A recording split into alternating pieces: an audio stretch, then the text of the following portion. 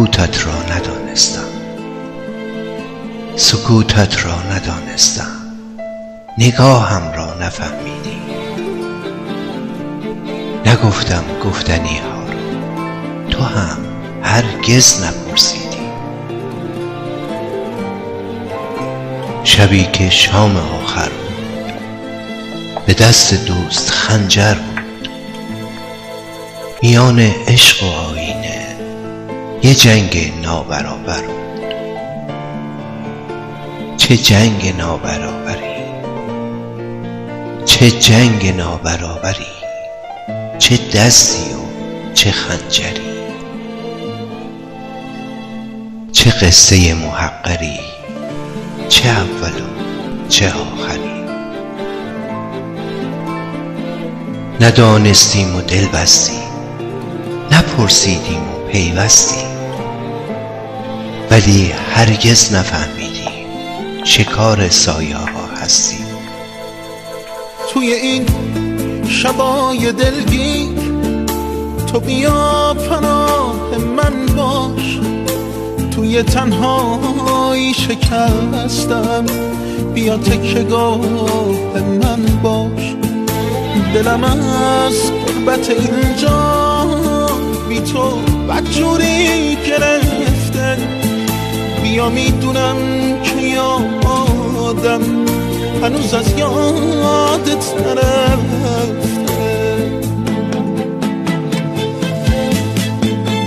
نظر اون نگاه آخر آخرین وداع ماشه، دل بده به خواهش من، دستامون نظر جداشه.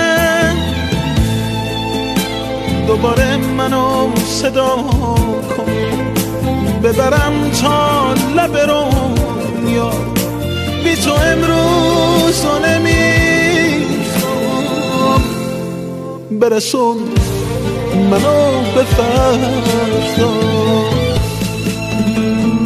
سفر با تو چه زیبا بود، به زیبایی رویا بود. نمیدیدیم و میرفتیم، هزاران سایه با ما بود. سکوتت را ندانستم، سکوتت را ندانستم، نگاهم را نفهمیدی. نگفتم گفتنی ها را، تو هم هرگز نپرسیدی.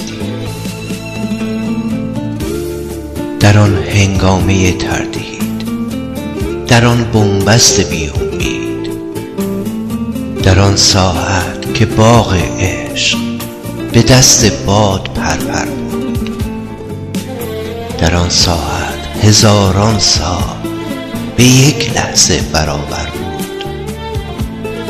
شب آغاز تنهایی، شب پایان باور بود.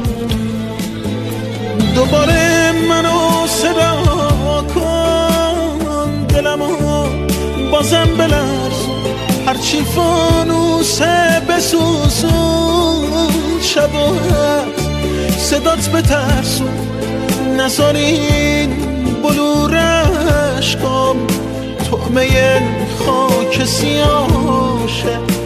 من میخوام عکس من و تو توی قاب کهنه ماشه، پا بذار رو چشم خیسم، شیشه این شبا بشکن، نذار عمر این جدایی